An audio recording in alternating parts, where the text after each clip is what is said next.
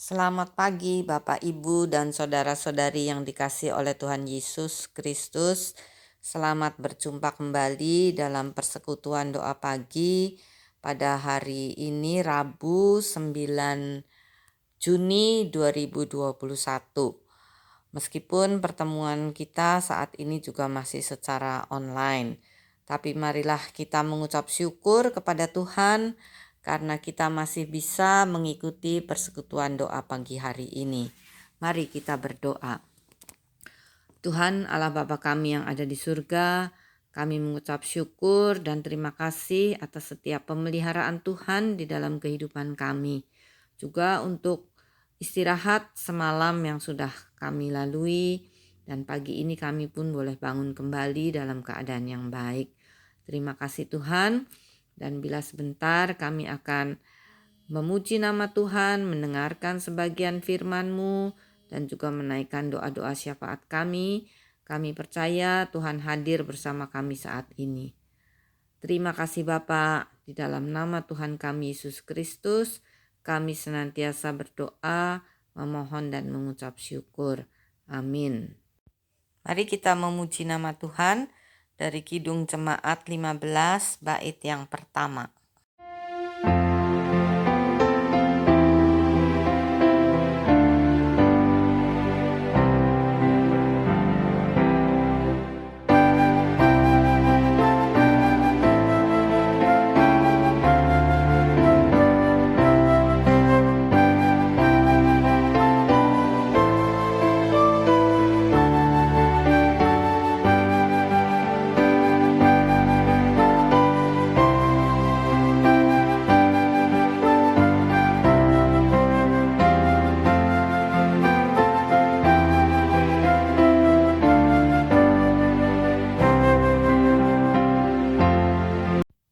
Firman Tuhan pagi hari ini akan diambil dari Yohanes 16 ayat yang ke-8 sampai dengan yang ke-15. Yang berbunyi demikian. Dan kalau ia datang, ia akan menginsyafkan dunia akan dosa, kebenaran dan penghakiman. Akan dosa, karena mereka tetap tidak percaya kepadaku. Akan kebenaran, karena aku pergi kepada Bapa dan kamu tidak melihat aku lagi. Akan penghakiman, karena penguasa dunia ini telah dihukum. Masih banyak hal yang harus kukatakan kepadamu, tetapi sekarang aku belum dapat menanggungnya. Tetapi apabila ia datang, yaitu Roh kebenaran, ia akan memimpin kamu ke dalam keseluruh kebenaran, sebab ia tidak akan berkata-kata dari dirinya sendiri, tetapi segala sesuatu yang didengarnya itulah yang akan dikatakannya, dan ia akan memberitakan kepadamu hal-hal yang akan datang. Ia akan memuliakan aku, sebab ia akan memberitakan kepadamu apa yang diterimanya daripadaku. Segala sesuatu yang Bapa punya adalah aku punya. Sebab itu aku berkata, ia akan memberitakan kepadamu apa yang akan diterimanya daripadaku. Demikianlah firman Tuhan pada pagi hari ini.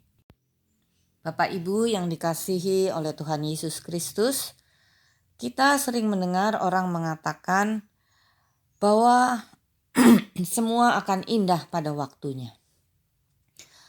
Ya, sebagai seorang yang percaya pada Tuhan, kita memang mengamininya. Tetapi untuk mendapatkan atau merasakan yang indah itu, kita harus mengalami suatu proses, di mana dalam berproses itu kita pasti akan mengalami hal-hal yang tidak atau kurang menyenangkan. Di dalam proses itu mungkin kita harus belajar untuk bertekun, bersabar, menjadi dewasa, dan kita harus tahan uji. Untuk dapat bertekun, kita justru seringkali dihadapkan pada hal-hal yang membuat kita menjadi patah semangat. Misalnya di dalam menjalankan suatu usaha dan usaha kita itu mengalami kegagalan.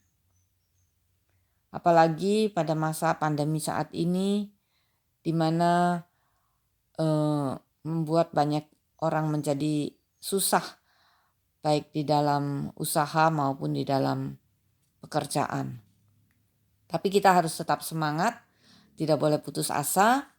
Bila kita gagal, kita harus mencoba dan mencobanya lagi. Mungkin juga kita diproses untuk menjadi orang yang sabar.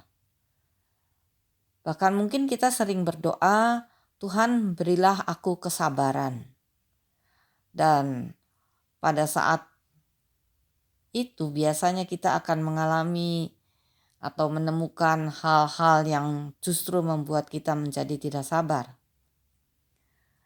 Tetapi dengan dipertemukannya dengan hal-hal itu, maka kita harus belajar untuk betul-betul menjadi sabar. Kalau segala sesuatunya berjalan dengan baik-baik saja, kita tidak akan dilatih untuk menjadi orang yang sabar.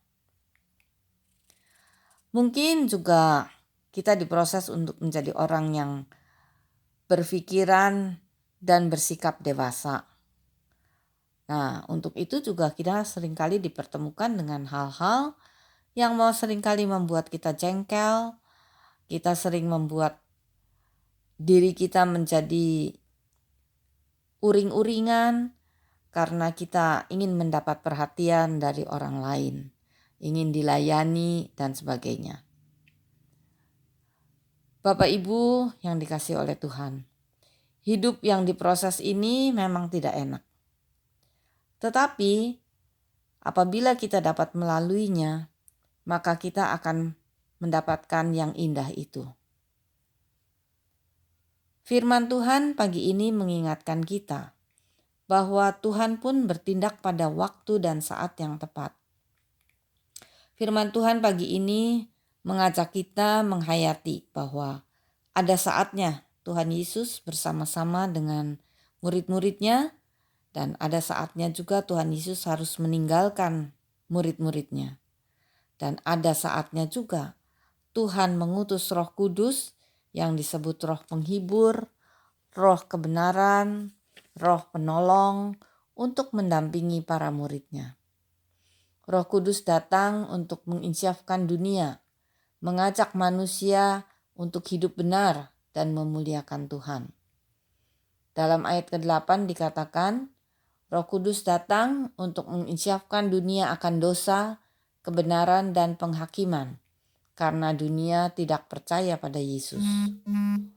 Tuhan Yesus mengatakan bahwa Ia mengirim Roh Kudus sebagai Roh Penghibur, sebagai Roh Penolong, Roh Kudus yang akan menuntun kita untuk berani meninggalkan dosa dan hidup di dalam Roh Kristus, agar manusia beroleh keselamatan dan kesukacitaan. Dalam ayat ke-13, Roh Kudus mengajak hidup dengan baik dan benar. Tuhan Yesus telah menegaskan bahwa Ia tidak akan selamanya bersama dengan murid-muridnya.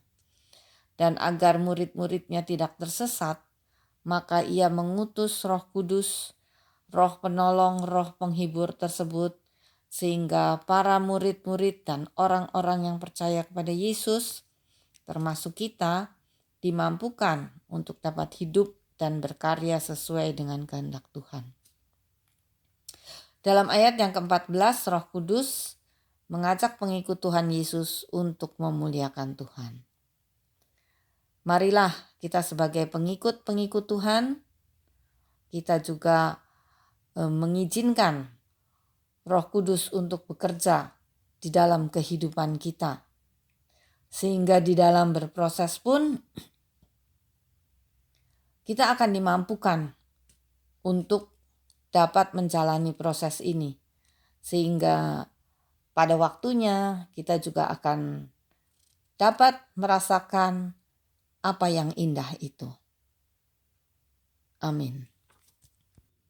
Mari kita berdoa.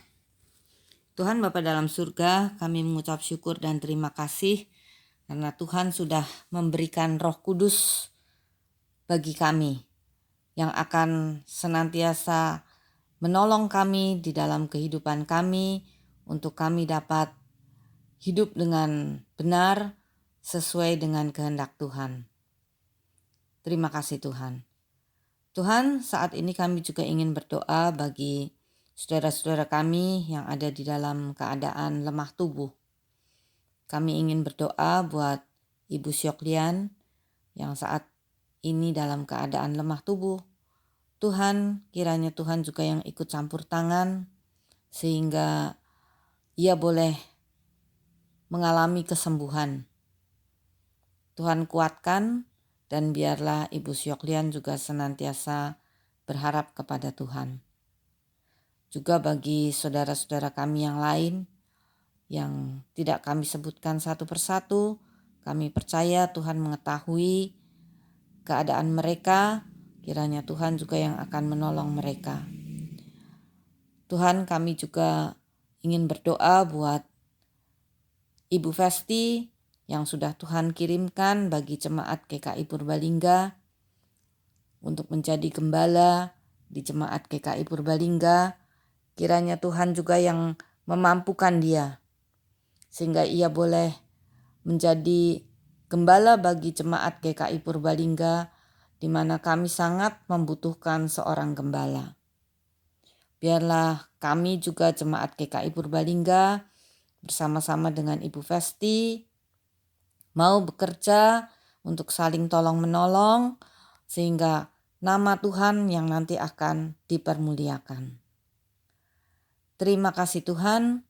Kami ingin serahkan kehidupan kami pada sepanjang hari ini hanya ke dalam tangan pimpinan kuasa Roh Kudus. Amin. Mari kita akhiri persekutuan doa pagi hari ini dengan memuji nama Tuhan, waktu Tuhan.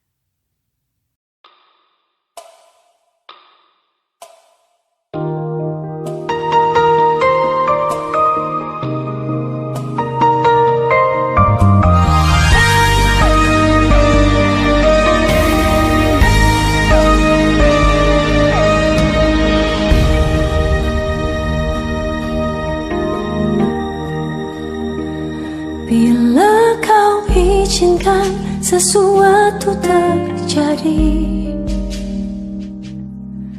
ku percaya semua untuk kebaikanku. Bila nanti telah tiba waktumu, ku percaya kuasa-Mu memulihkan hidupku.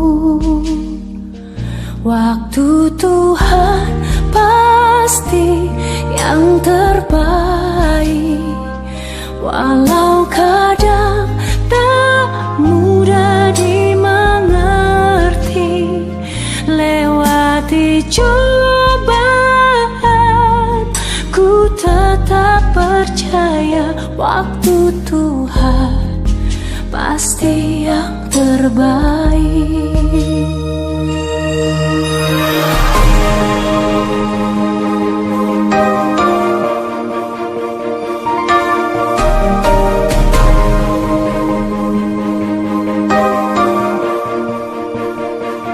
Bila kau izinkan sesuatu terjadi, ku percaya semua untuk kebaikanku.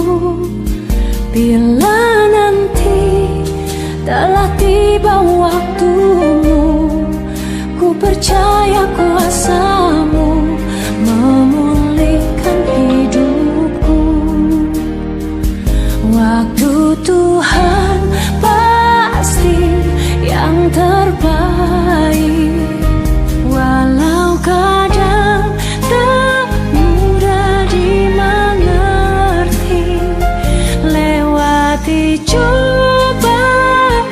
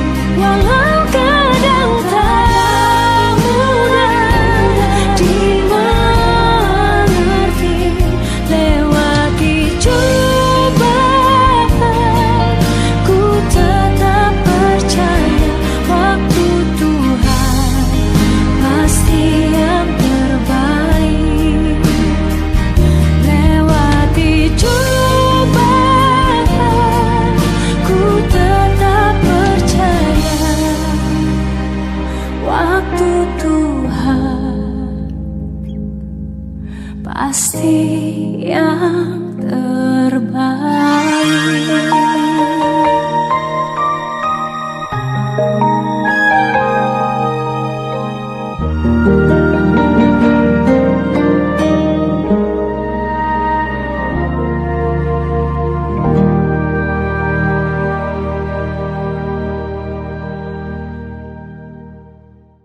Bapak Ibu yang dikasihi Tuhan, persekutuan doa pagi hari ini telah selesai.